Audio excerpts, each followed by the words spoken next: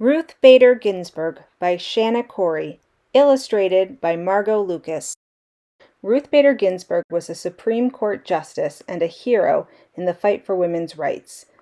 Ruth Bader was born in Brooklyn, New York in 1933. Her neighborhood was filled with people of many different backgrounds: Irish and Italian, Polish and Russian, Catholic and Jewish, just like Ruth. Ruth roller skated and rode bikes and jumped rope. She went to school and took piano lessons and went to summer camp. She loved opera, and she loved to read. Ruth's mother took her to the library every Friday.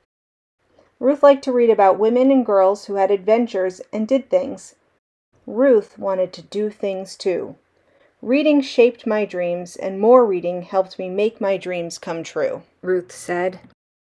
But not everyone in the United States had the opportunity to do the things they wanted.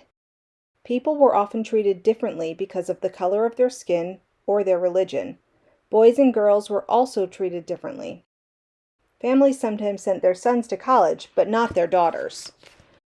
In Ruth's school, girls had to learn to cook and sew, while boys were taught to build things. Ruth wished she could learn what boys learned. When she grew up, Ruth would work to make things more equal for girls and boys. Ruth's parents hadn't gone to college, but her mother encouraged her to get a good education. Ruth's mom wanted her to grow up to be independent. She taught Ruth to stand up for her beliefs and not waste time on being angry. When a thoughtless or unkind word is spoken, best tune out. Reacting in anger or annoyance will not advance one's ability to persuade. Ruth worked hard and got good grades. When she graduated from high school, she won a scholarship to Cornell University. The other students were impressed with how smart Ruth was. One of those students was a young man named Marty Ginsburg. Marty and Ruth fell in love. After they graduated, they got married, and then they had a baby girl who they named Jane. Ruth believed lawyers could help people by making sure the laws treated everyone fairly. Even though there were very few female lawyers at the time, she decided to go to law school. It was tough with a new baby, but Ruth was determined. I became a lawyer when women were not wanted by the legal profession. Even though Ruth graduated near the top of her class, no one would hire her. Some law firms didn't want to hire Jewish people. Others didn't want to hire women. Ruth never forgot this. She spent her career fighting to make discrimination of all kinds illegal. I ask no favor for my sex. All I ask of our brethren is that they take their feet off our necks. Ruth decided to become a law professor. There were very few law professors in the United States who were women, but that didn't stop her. Ruth also co-founded the Women's Rights Project to fight for women's equality under the law through the ACLU. And Ruth and Marty welcomed a new baby, James, to their family.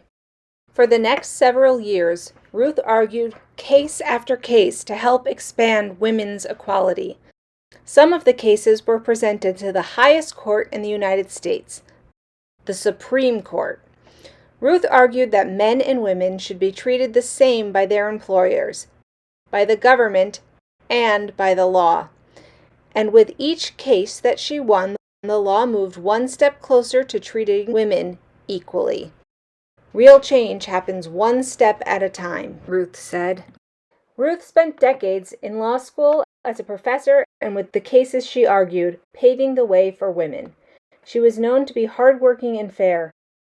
In 1980, Ruth became a judge in Washington, D.C., and in 1993, President Bill Clinton nominated Ruth to the United States Supreme Court.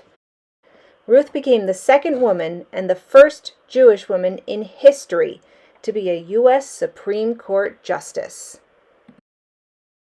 There are 9 justices on the Supreme Court. After lawyers present their arguments in a case, the justices take a vote.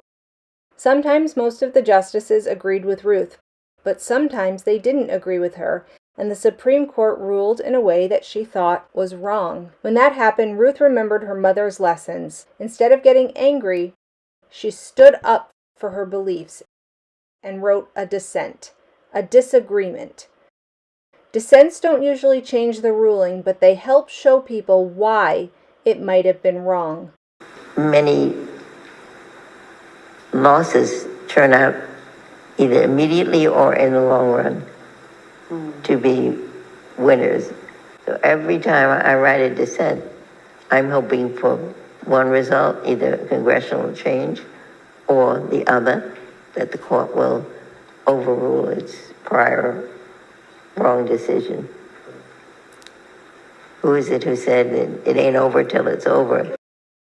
After a long life serving her fellow citizens, especially those who experienced oppression and ostracism, Ruth Bader Ginsburg died on September 18, 2020, at 87 years old. She was a hero in the fight for equality. She spent her life making the United States more equal for everyone. She paved the way, and now we can all help take the next steps. We can stand up for what we believe in and fight to make the United States fairer for all.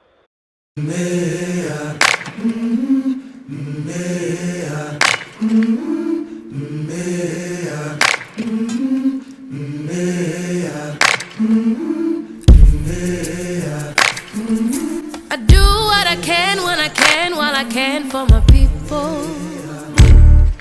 While the clouds roll back and the stars fill the night, that's when I'm gonna stand up, take my people with me. Together we are going to a brand new home, far across the river. Can you hear freedom calling, calling me to answer? Gonna keep on keeping on. I can feel it in my bones.